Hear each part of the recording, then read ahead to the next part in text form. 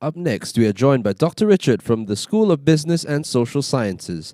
He will touch on how a postgraduate degree can benefit you. Don't miss out on this segment as we will have some special showcase from our faculty from the University of Sunderland. Dr. Richard, please. Very good afternoon to all of you. Thank you so much for continuously watching us and keeping the channel by your side this wonderful Saturday afternoon. Again, I'm Dr. Richard Chua. I'm the head of school for Business and Social Sciences. And for this afternoon, I'm very happy to have invited two wonderful MBA students from our University of Sunderland program. Joey, as you can see, is here, and also Mark, whom you will meet slightly later. And today our topic will be about how a MBA postgraduate MBA program University of Sunderland benefited you.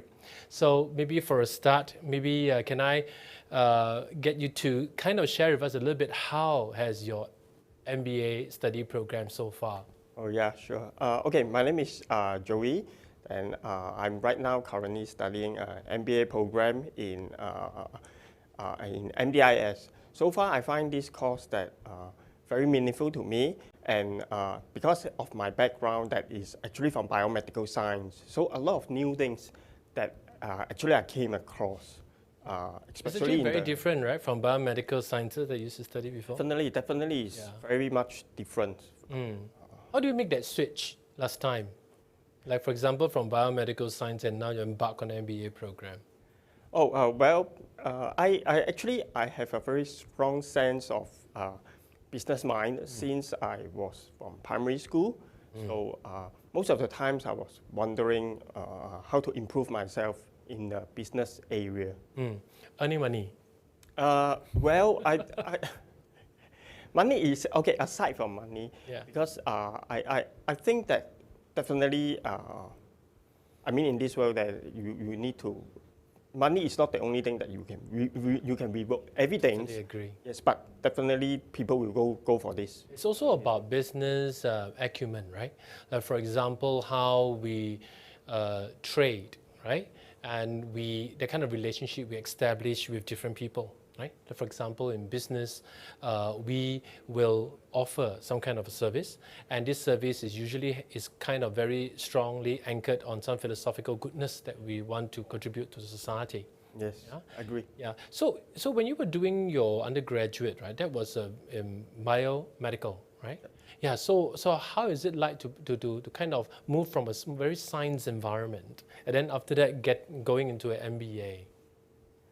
Well, I think definitely I have to be mentally prepared that things that I don't know, and I also did additional reading for myself, so to prepare myself. Then at the same time, I have to juggle very well about my work and also my family, and also my private times. It's actually very courageous of you, right? Yeah, to be able to kind of do that hop and change.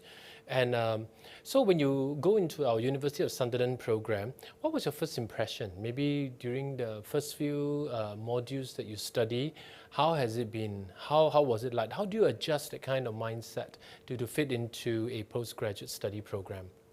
Well, I think MBA program is certainly very different from my bachelor degrees. First thing first is they encourage in MBA program they encourage people to think, okay, and to write.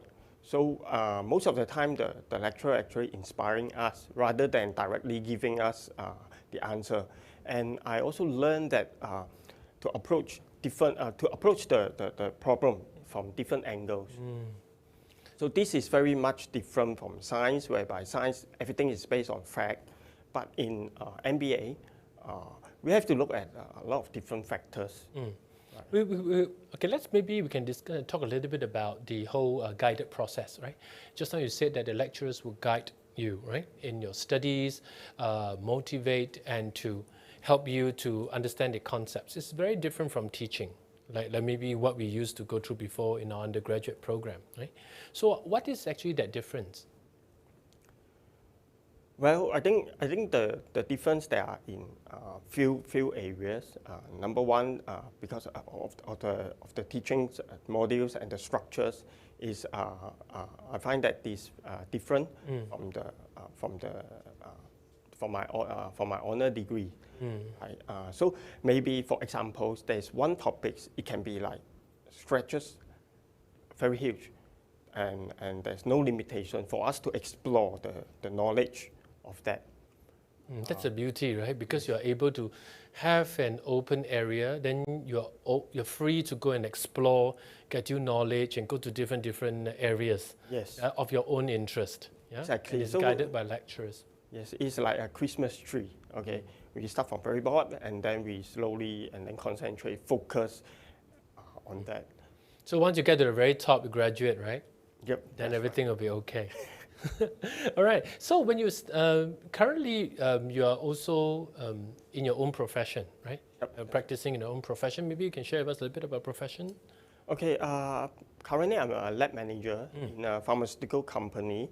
So I'm in charge of logistics, I'm in charge of safety, I'm in charge of staff management. So I find that this course is very similar to what I'm doing right now. For example, in this course there is this leadership modules that I learned, and I find that it's very meaningful to me, and allows me to apply the knowledge and what I learned in school and apply it to my job.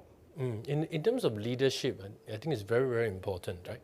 So right now you are transiting from current professional work to the next level of development. The next level of development will definitely require you to have leadership skills and everything else.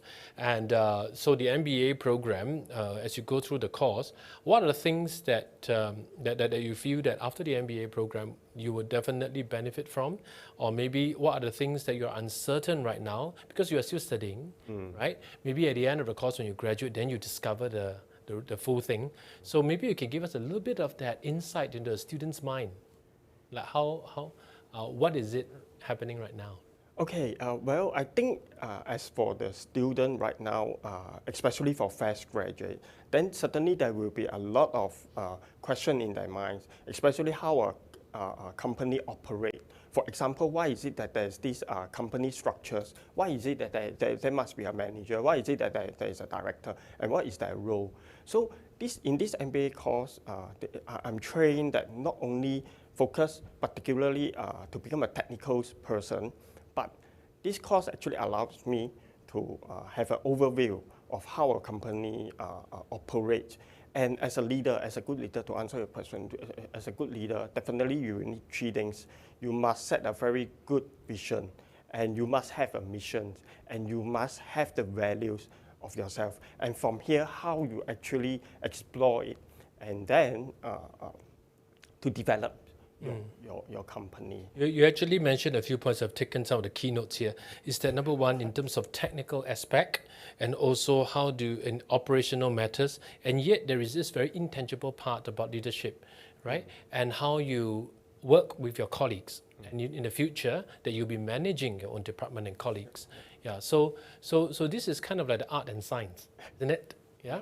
The science part, you know the knowledge already because you're good at it, you're being trained. But the arts part, maybe it is something that is still quite hazy at the moment. So in terms of that, how has the MBA helped you to be able to equip yourself so that you are ready to be able to manage more uncertain things, like for example, colleagues' relationships, or even providing leadership for people in order to motivate and to inspire your fellow colleagues? What do you think? Well, because in this MBA course, we came across, like, for example, different types of leaders that actually are successful leaders, and for each of the case study that I gone through, well, you understand how a leader behaves and how they respond to different situations. Then, in this way, we can actually learn from the history of all the leaders, what they did well and what they don't, and from there I get inspired. So these are the case studies that you actually deploy in the course, right? Yep. And then you study many different kind of people that you have studied. So maybe what example is a not so good leader that you have studied so far that you have gathered? Usually how are they like? Well, no good leaders, okay. If you talk about no good leaders, usually those are the leaders, maybe I give you examples. In our course, we also learn about toxic leaders, Yep. okay. So toxic leaders, usually they lie and then they promise certain things that they can't deliver in the end of the day. So I think this is a very good example. Don't overpromise. So it's actually their objectives. Like for example, sometimes they might want to achieve certain business objectives, Yep. and they place a lot of emphasis on that, and then they don't actually look at some other important areas as well. Yep. Okay. It's part of the toxic leaders. Part of character. it, yeah.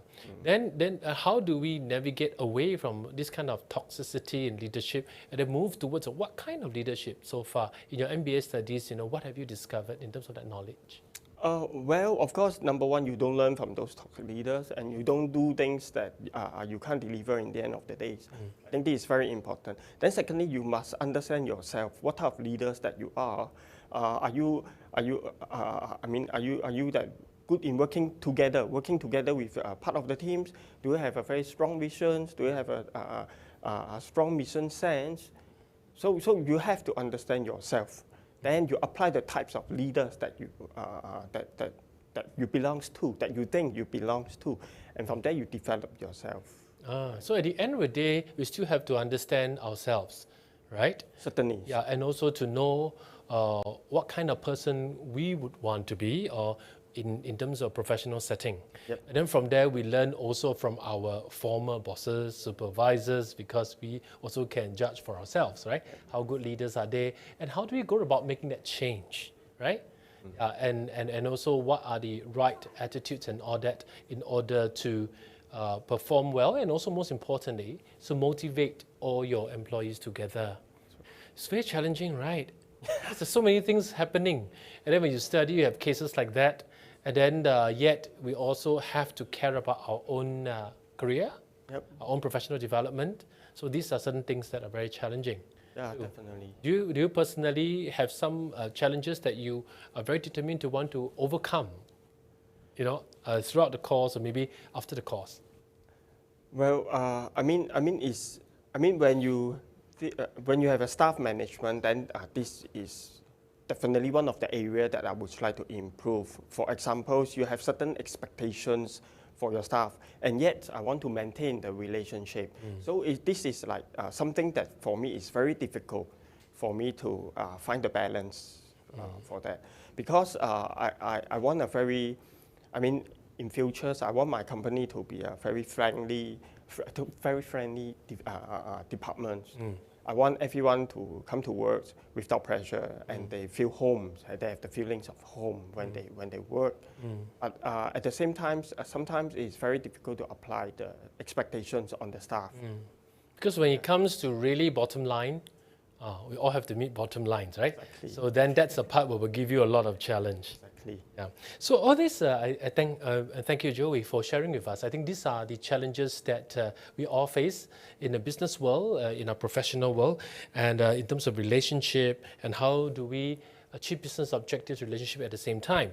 I think most importantly also, it is to able to have that skills and also that worldview, right? To know that how the world is run, and also how generally all of us feel what exactly is a good working environment or a toxic environment and everything else. Okay, so maybe right now, at this moment in time, allow me to share with you a conversation session that I've had with two wonderful academics from the University of Sunderland, the Professor Lawrence Bellamy and Dr. Derek Watson.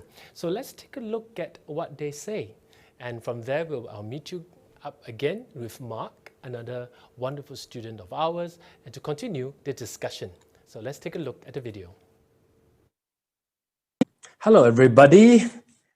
My name is Dr. Richard Chua. I'm the head of school for business and social sciences here at MDIS, and I'm very happy to have invited two esteemed academics from the University of Sunderland to come together to talk about the traits and essential qualities of a postgraduate student. So with me here, I've got Dr. Derek Watson and Professor Lawrence Bellamy. Dr. Derek Watson is an associate professor in the Cultural Management and Senior Fellow of the Higher Education Academy. He's the founder of the Business Clinic within Sunderland Business School and leads the university's Doctoral Research Fridays program. He has extensive experience of innovation and technology transfer and mapping skills requirements in emerging sectors. In addition, he has extensive links and networks as a result of sourcing and embedding external engagement opportunities across the curriculum.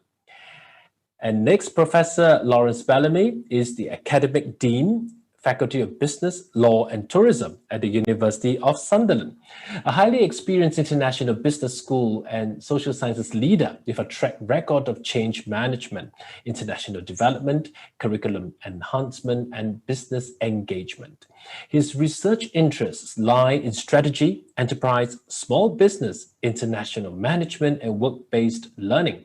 He is also a long-standing examiner for the Chartered Institute of Procurement and Supply and have thought and been involved with partnership development in countries including Malaysia, Hong Kong, China, Norway, Singapore, Finland, Turkey, Malta, Brunei, and various parts of Europe. Wow, I'm going to learn a lot from them today. So let's dive in. Welcome, everybody. All right, let's start off with the first question. What is the essence of a postgraduate student, especially now in such a challenging times? Maybe Dr. Derek could go first. Yes, certainly. Thank you for having me. It's a pleasure. Looking forward with our students, it's critical that students exit educational institutes with a portfolio of skills. I think the traditional 9 till 5, one career for a lifetime, is possibly not as prevalent as what it was previously. So what we need to do is we need to create a forum, a learning forum, where students acquire key skills to adapt to different types of working. For example, freelancing, consultancy, working on short-term projects within that. And obviously with COVID, having that ability, that independence, that rigor to work by themselves in isolation, possibly at home working or lone working, but also to embrace a team dynamic. Now that could be a physical team dynamic or a virtual team dynamic. So it's very much having this eclectic portfolio of skills, being able to demonstrate agility, excellent time management, creativity, innovation, but most of all, I guess, being able to deliver what the organizational goals and specific targets. Without that, the exiting students will be challenged. You're very right, Dr. Derek. Professor Lawrence, in this day and time, there is a great emphasis on relevance, right? So postgraduates, after graduation, they hope that the skills that they have gathered and learned will be relevant to the industry. So between relevance to industry and increasing knowledge for oneself, which quality and trait is really more important in this time? I think no more than at any other time has there been a period where people have reflected upon the rapid change of the world, the way we work, the way we interact with each other, the jobs we do. The whole world is fundamentally shifted. The fact that we can sit across a global divide here and be joined together for this discussion is just an illustration of how change is normal. And so anyone who is a postgraduate student has already recognized that they need to take their baseline skills and experience and build upon that with a program of study which takes them to another level. It takes them to another level in terms of their skills. It takes them to another level in terms of their knowledge. It allows them to build on the fundamentals they have already achieved. It also allows them to change direction. And this has to be done in two ways, really. They need that essential knowledge, that underpinning, that core knowledge, but also they need to understand that that knowledge is constantly changing, and that in studying, they are primarily developing those skills which will show us that they can change with the world at the rate at which the world is changing. So it's really critical to be able to embrace both things. So is it about academic excellence? Yes, it is. Is it about becoming a professional, becoming a practitioner within your field? Yes, it is. It's got to be about both those things being put into place. To have one without the other will not lead to a successful future in a rapidly changing world. Do you see that there's a dilemma there? That, for example, there is a need to have core knowledge and yet able to change and adapt the knowledge to the industry. For a postgraduate student, would that be a dilemma? And if it is, maybe how do we go about helping postgraduate students to be able to, the training, the postgraduate studies that they undertake, how would they help them to navigate that? Okay, if you look at the way that, first off, we design our programs, then these are informed by our discussions with our advisory board, our industry advisory board, the input of employers, feedback from our alumni, students, and our discussions with the business community. So you can be assured that the content is constantly being reviewed and generated to ensure its currency and relevance for the needs of industry and commerce. And that's critical. But we also want our postgraduate students to display those points of strength where they can walk into an organisation and really take things forward. And that's about not only the core knowledge, which is important because they need to be able to operate successfully very quickly within an organisation, but it's also about the way that they can show their innovation capacity. They can bring in a wealth of new ideas, not just today's ideas, but tomorrow's ideas. They can assimilate that and they can develop it and they can package it and put it into action within those organizations. And that's what we're looking for our postgraduate students to do, to be able to deliver on the future for the organizations which employ them. And that's so critical. So there's nothing of a dilemma. There's only the fact that what we're looking for is that lifelong capability to implement within a changing environment. And that's what will make people successful. Thank you. Dr. Derek, on this point about embracing employability opportunities, how would you think a postgraduate student in current times would be able, what kind of postgraduate students would be able to embrace employability opportunities? Well, I think having the qualification is very important. It demonstrates a level of understanding and ability. But what we also need to do to be competitive and to have a healthy, progressive career, we need to reflect that our exiting students have the ability, the skills, the knowledge to actually hit the ground running. So it's imperative that our educational programs, which we offer, go hand in hand together between the academic underpinning and the commercial exposure. So when students exit, they have a series of testimonials which they can offer an organisation in addition to their qualification that they can deliver. They have the experience, the ability, and clear, tangible impacts, and that is critical in a highly competitive market. Wow! So, as a postgraduate student, you definitely need to be clear-headed, to be very focused on what exactly you want to do, and also what we would want, what a student would want to study. So how do we go about choosing a postgraduate course? Maybe for both of you, if you were to go back during your student days, what were your decisions then? And if you were to be in the shoes of current postgraduate students, how could they go about making a good decision for a postgraduate course? And any one of you. Okay, thank you, Richard. I think if I look back upon my own experience, then it's not dissimilar to many others. And I made a decision upon conversion. So I had studied in a different discipline area, and my first discipline is engineering. And I recognised that by undertaking an MBA, a postgraduate business qualification, it would greatly enhance my knowledge base and give me skills in a different area with regard to advancing within a management structure within my industry. So that's one key decision. The other key decision is for those students who recognise that they have, in completing their first degree or equivalent qualifications or gaining some experience, they need to advance or enhance their knowledge and skills with a postgraduate qualification. So they may already be in business or have a business qualification, but they need to take that to the next level because it's a very competitive environment.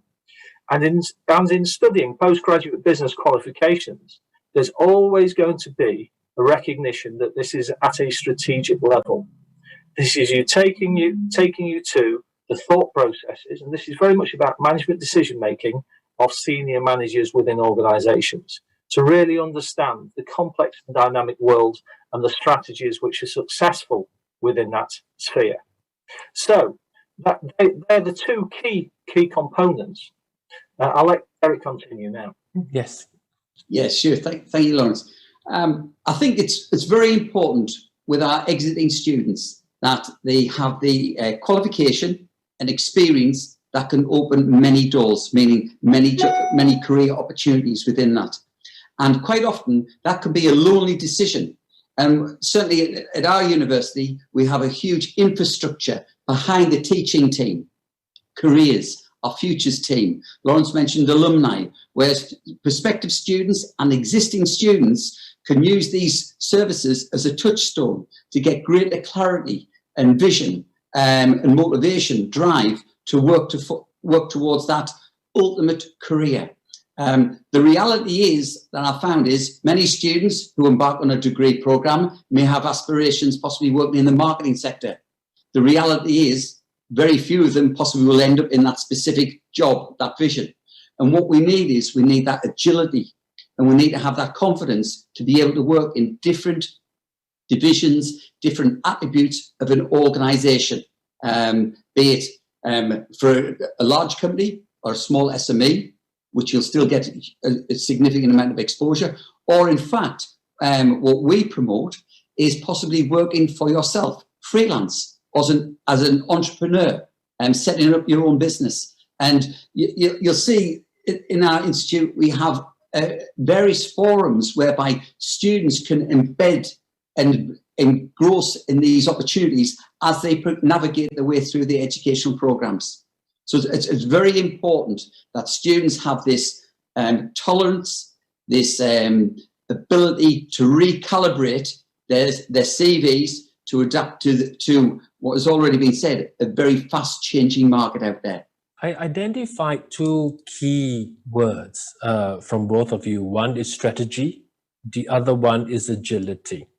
So these two keywords, they sound simple, but not simple, because when we talk about strategy, one needs to be very clear about his or her career, right?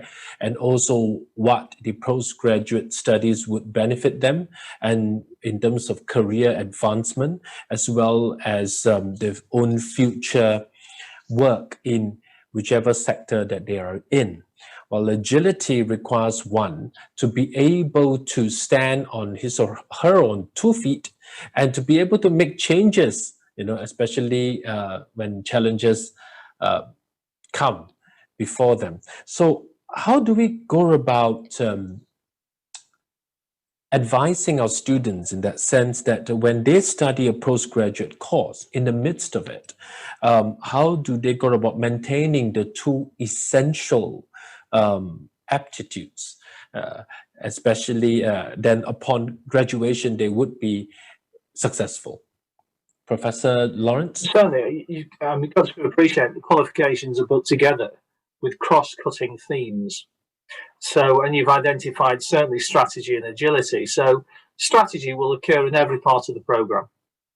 It will be embedded. Now, there will be explicit elements about business strategy, strategic management, etc. But also, I would say that strategic thinking has got to be the key to this. And that occurs in every single module, every aspect of the program. So Derek used the word recalibrated. We're recalibrating those students to be able to think in a certain way about the world, how it operates, how businesses perform. and how they should take that on board and work with that to further their careers. And the agility is recognizing that the world is a complex and dynamic environment. And that leads to a high degree of uncertainty. And therefore, along with those two words of strategy and agility, I'd also add sustainability and resilience. There's two key areas. So the agility allows you to recognize that a robust strategy is one which is able to cope with a rapidly changing environment. It's able to allow you to change what you're doing so that your strategy does not become obsolete. In fact, it takes advantage of any changes within that environment. And that leads to resilience. That resilience has to be there with the students. Now, we put them through a rigorous program of study and build their resilience up on a personal basis, but also they recognize what it takes to make a business resilience as well. And that's not just being good at what it does, it's also about being good at how it changes and adapts to that changing world to make sure that it is always relevant for that environment. And of course, that has to be within a sustainable aspect as well. The world is a place which we must nurture and look after long term. That sustainability is not only about profits, it's also about the people and the planet, of course. And those types of things are represented within the whole of the program across that modular content. So putting those things together, it allows us to pull together those building blocks of understanding, knowledge, experience, skills that you pick up within the program, but to pull them together in a holistic understanding. And that really builds a student with some significant strategic thinking skills to prepare them for the future. Thank you. Dr. Derek? Yeah, sure. My advice to students is you've got to have a game plan. You've got to have a reason for getting out of bed. And whilst we can talk about strategy, which is very, very important, you have to have the vision. However, what you need to do is you have to have short-term, medium, and ultimately that long-term strategy. And as we mentioned, we're now working in a very unpredictable, highly dynamic world. So what we need to do is we need to build that flexibility in there. So we need to visualize that strategy, and then we need to develop a game plan that is quite bespoke to individuals, their individual goals within that. And it has to have that flexibility to adapt and maneuver and possibly change career direction or reskill. And we're seeing that more and more with returning and postgraduate students within that. But also to build in that ability to cope with failure. So if you're not achieving your goals, having that reflective capacity to backtrack and identify what went right, what didn't go so right, and how can we adjust, refine, remold this organic strategy within that. And it's not an end goal. You're constantly moving forward, adjusting, refining within that. And that goes back to the importance of agility, being able to cope with failure, learn from failure, move forward on a stronger footing within that. But my advice is, and I agree with Professor Lawrence Bellamy, you need to have an ultimate strategy. You need to have that reason. Okay. Last question. Of all the students you have met and interviewed for all your postgraduate programs, do you think that they have got a game planned? And if they do not have a game planned, then during the interview, maybe could both of you each give some tips to postgraduate students on how to go about maybe starting to have a game planned? Professor Lawrence? Thank you, Richard. I think we ask the students similar sorts of questions in this respect when we talk to them. What do you wish to achieve? What is your end position? Where would you like to be? Because having that long-term vision about that allows you to start to work backwards from that point in the future and plan out the many steps that will take you to get there. And that's about how you would go about building your knowledge base, building your skills base, building your experiential base as well, to put them together into a a really strong, in fact, for some students, it will be a world-class CV. So that's the sort of question, and we explore the logic of that with them. Now, of course, the postgraduate qualification is a critical step in that. The qualification opens the door. Having your certificates with your MBA or MSc on is the very important thing. But after that point, you are judged by your actions, how you cope, how you respond, how you develop. And that's all about the things that you've acquired, your skills, knowledge, and competence on your CV. So for me, it's really about having that ultimate point in mind and building your CV as you go through on that journey. So they're the sorts of things we like students to think about, because a qualification is different for everyone who studies it, and everyone will have their same path, a different path through it. No two paths will be the same. So it's really important for students to understand this is their personal journey. Yeah, thank you. Dr. Derek? Yeah, sure. I would agree with what Professor Lawrence Bellamy said there. Many of our students, one of the reasons why they come to do a postgraduate qualification is they've reached a crossroads in their life where they're unsure. The future is a little bit hazy, possibly a certain amount of insecurity. So they come to the university and to embrace on an educational program which will give them support in identifying a route forward, a career path. Now, what I want to emphasize here is I speak to each day, particularly SMEs and the larger organizations. They know what the organization vision is, but they struggle with how they can actually achieve that vision. So with regards to strategy, a plan, it's really your academic qualifications, your ultimate career, which you're aiming for, but also developing that work-life balance. Life isn't all about work. It's about growth, enjoying the journey. And so we educate our students to have that almost that yin and yang approach. Yes, it's important to have a strategy, but it's important to have a strategy which you enjoy. You feel personal growth within that. And that's why we build in a significant amount of personal reflection. Students reflecting on their own personal journey. Or do they feel as though that are they in control with that journey? And how can they enhance their day-to-day living, their career progression throughout their academic programs within that? And it's very much keeping a personal log and using that as a touchstone on a weekly basis, reflecting back on the week and identifying, do they feel as though they are being progressive? Do they feel as though that they're in control? And most of all, are they enjoying the journey? And that's, that's what we focus a great deal on, because if you're not enjoying the journey, that's going to rub off on the people that you associate and potential career interviews or your work colleagues in the future. Yeah, we speak about enjoyment all the time, but to really get it going and to entrench that into our daily life, it's always a challenge. Indeed, and thank you so much. I've learned so much from Dr. Derek and also Professor Lawrence today. I hope that everyone who is watching this benefit this as much as I do. And again, thank you so much, Dr. Derek and Professor Lawrence from the University of Sunderland coming by to have this wonderful conversation with me. Thank you. Thank you. Thank you, Richard. It's been our pleasure.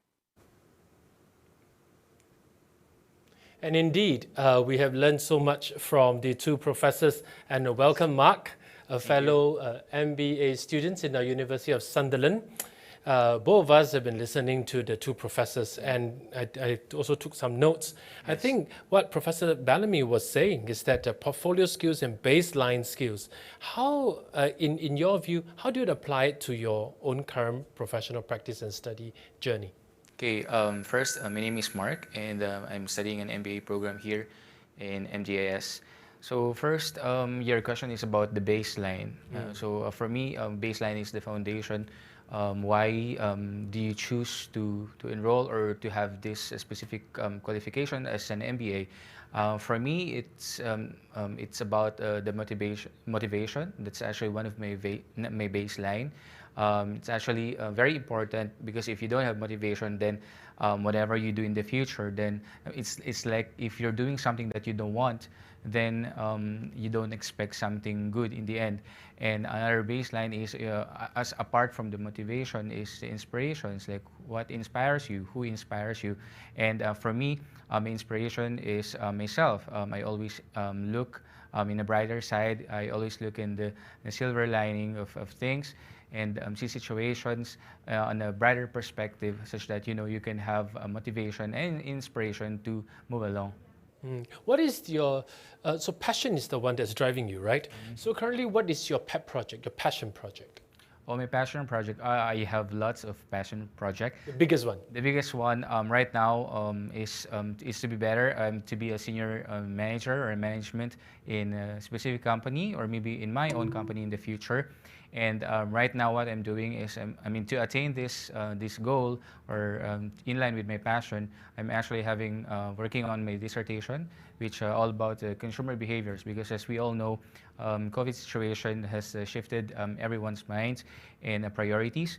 That's why I'm actually interested to learn about those changes, because it actually has something to do with how organizations can develop a strategic plan to meet this goal. So I think that's one of my biggest work project, to know those kind of. Which is very, very challenging right now, because all of us in the pandemic situation, and all the consumers and are all not reacting. The behaviors are all erratic, right? Yes, that's right. And at the end of the day, we don't know where the trends are. How do you kind of spot the target markets and everything else? And this is going to be a very big skill, Yes. if you are able to chart that trend, right? After your postgraduate studies. So how would you go about positioning yourself in that sense in this area, if you look for another job, or maybe to have a certain kind of progression in your existing company?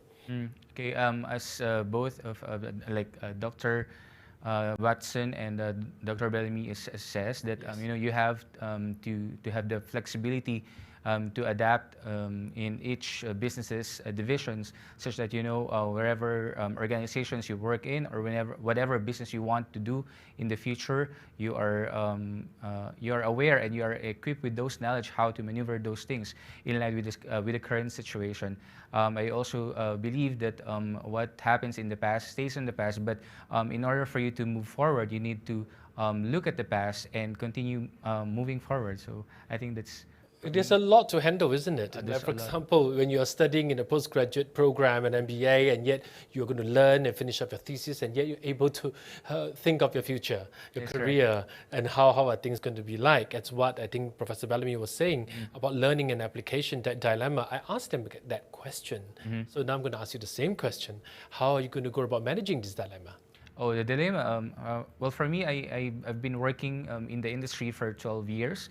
After I finished my bachelor's degree, I actually started working right away. So I've been working for 12 years, and then afterwards, because I used to work in the hospitality industry, which is right now is in a global standstill. So the dilemma I'm facing is maybe it's same with them. It's learning and application of what you learn. Because for me, it's I experienced the opposite way. So I actually experience first, then I learn. Why are things like that? For me, I think that's the biggest dilemma, and for me, application perhaps is a bit tricky, because lots of the things and knowledge that we know in the past, and also what the existing knowledge is, might not be applicable for the future. So that's why the dilemma lies in between the two, is whether it's the application or the learning. So it seems like you have got some sort of a game plan. That's what I think Dr. Derek was saying, right? Every one of us should have a game plan. So with this game plan that you have, how are you going to execute this game plan? I divided the game plans into three. So I have a short-term plan, I have mid-range plan, and of course I have a long-term plan. So first, as in Singapore, it's very common phrase, slowly, slowly. Yep, Yes, slowly and steady. Yeah, slowly and steady. So for me, short-term plan is first to finish my dissertation, finish my MBA, such that I have relevant skills and criteria, like tangible things that I can present to the future employer. And of course, I believe that the education is something that no one can take away from you. And of course, the mid-range strategy is to look for probable or possible opportunity, like career opportunities maybe. And in the long term, of course, like we need to see how ourselves to be, or where do we want to be 5 years, 10 years from now. For me, I have strategic goals by myself, but of course, like to be a senior manager in the big organizations. But then, as we said, the world, I believe the world is in VUCA, so that's volatile, uncertain, ambiguous, and complex. Sorry, complex and ambiguous. So most often it takes us, when it takes us by surprise, when life takes us by surprise, so we don't know what's going to happen because we're surprised. Like, oh, we don't know what to do. So now it's like, for me, one of this long-term plan is to prepare to what they call black swan, things like that. So you have to prepare for the worst, expecting for the best, but expecting the worst. So that's for me one of some of my strategic plan. Okay, this is how what an exemplary student looks like. In that sense, with a very clear mind, clear head, focused, have a very clear timeline, step by step, one step at a time. Because no matter what, how fast, how slow you take, you eventually reach out to your final destination, which is success, in your career.